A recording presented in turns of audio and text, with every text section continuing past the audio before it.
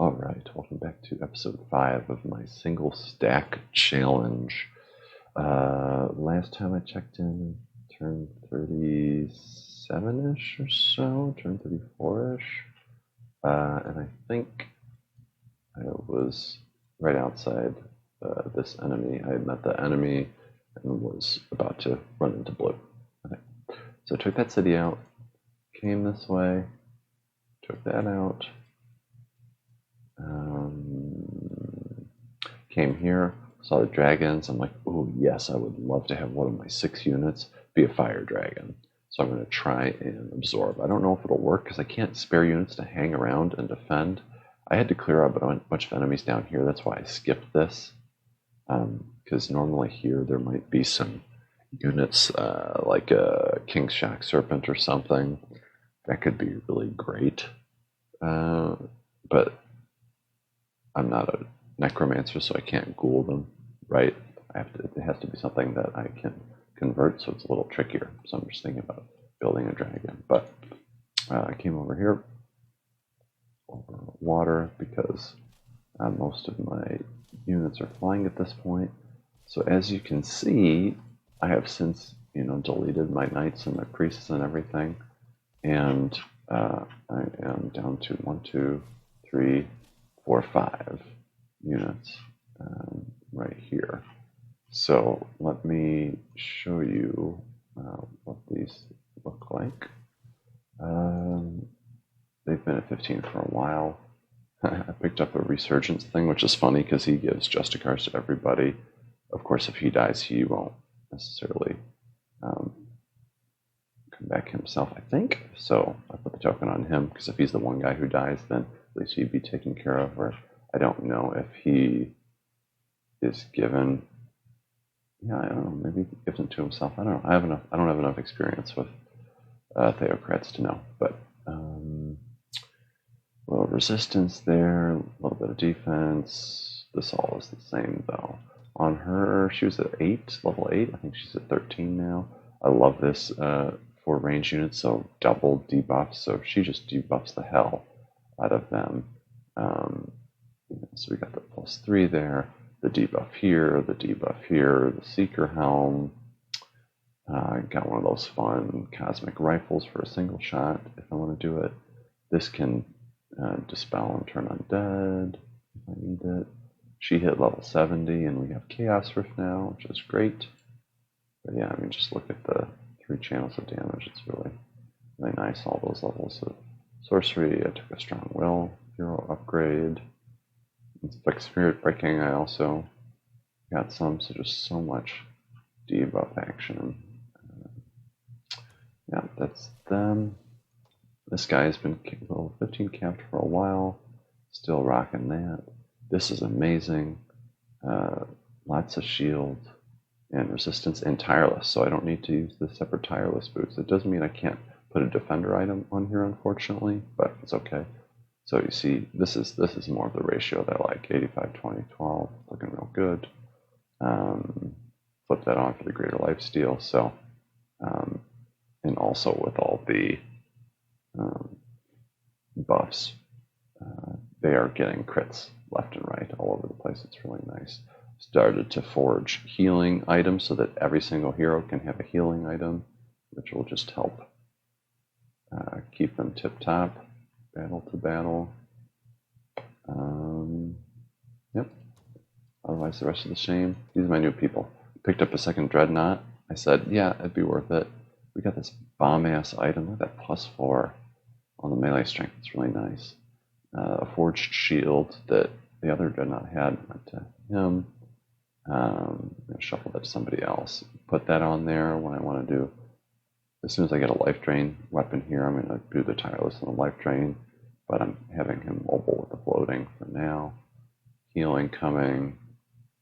Frost protection if I need it. Level 5 at this point. I'm going to get up to summon Siege Engine. It has Guardian Flame. Helps with that. Helps with the debuff from the Inflict Immolation. Projectile resistance from the shield. Beating wounds from the Raptor. Fire protection from the Raptor. And that from the hat. this is my newest pickup. It's the Frostling Archdruid. And for this, I'm prioritizing Summon Beast Horde, of course. Nourishing Meal, got on them pretty early. Getting the Druid to free movement really helps. Rocking the Sun Shield currently to help with that fire stuff. And then sending a bunch of items, secondary items over to make it useful. Yeah, so that is where we're at with that. They got summoned for a while. What else is interesting? Killer Instinct picked up recently. It's really Banish picked up just because all those sorcerers floating around. Root Spears, Summon, Chaos Rift. Purifying Burst, not because I want it, but just because I want to try and get to some other stuff that hasn't appeared in the book yet. Though I think I need to start pouring into this because it's about that will end up being useful to me. What else? So you will have noticed that I only have 5 here, so it's like, why don't you have a 6th?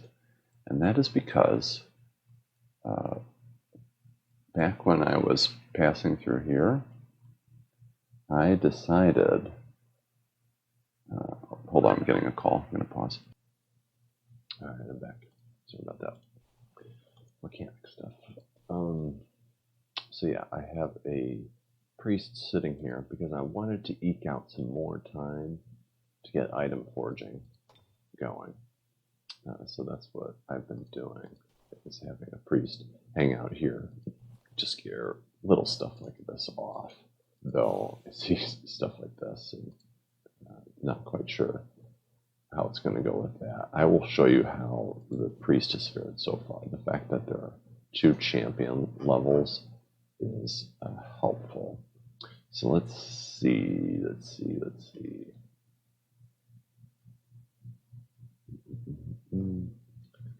go to one of battle. Was not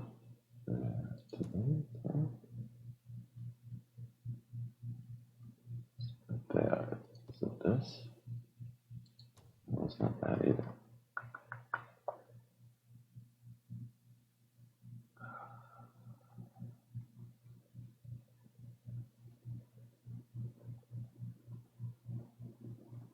Okay, yeah, there's nothing interesting to show with that. Well, we can kind of show this in action. This would be kind of fun. So you get to see how I handled this. This is Zodar 15, but they also have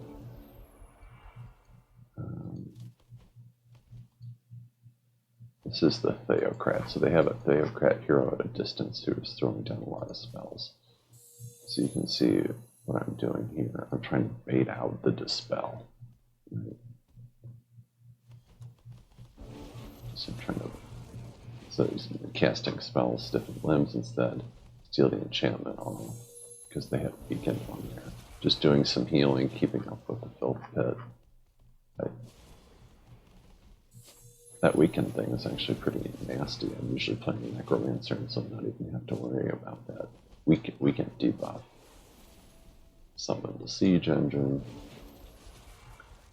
Just trying to bait out the rest of the spells.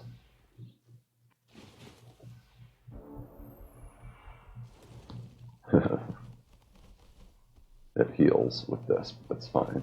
So he's ready for actions. So you get to see how this was handled. So he's taken some hits. So the whole mechanic relies on the life drain ability.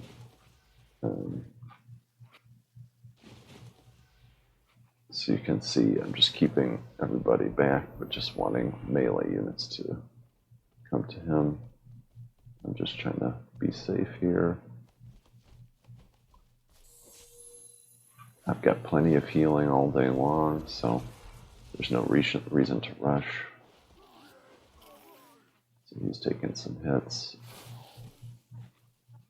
But 24-16 is real nice. 100 is real nice. Life drain ready to go. Has some stuff. Let's review all that he has. So noxious vulnerability and weaken. So it'd be even higher if it weren't for those debuffs. But he's got guard my flames, iron heart, nourishing meal for the happiness, touch by faith for the happiness, +3. So thankfully it's all evening out. Right? He's just normal morale.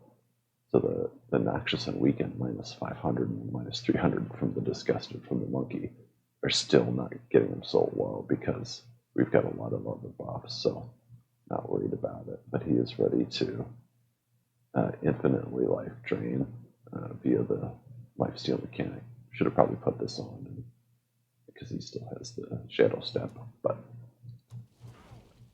it ended up going fine. Again, if he dies, no problem. Because Justicars. Giving them another target there to take a little bit of the burden off. Boom.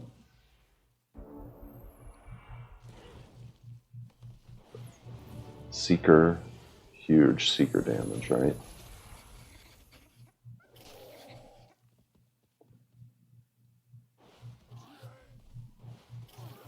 Yeah, big Seeker damage from my ranged units. That's nothing. See, so he's healing 7 back every time, right? Like that's ideal. Take 1 damage, lifesteal back. So he's just standing up there as long as there's enough melee action. We'll be fine.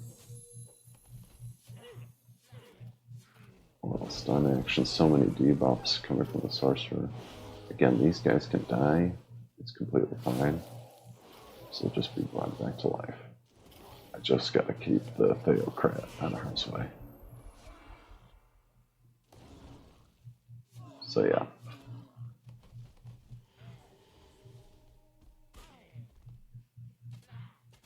Easy peasy. There's nothing else interesting there.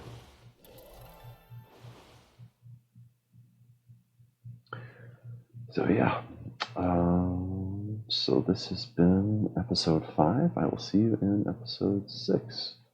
And no AI's killed yet, but hopefully we'll be able to start going down here and finding some capitals and heroes and start knocking people out of the game. All right.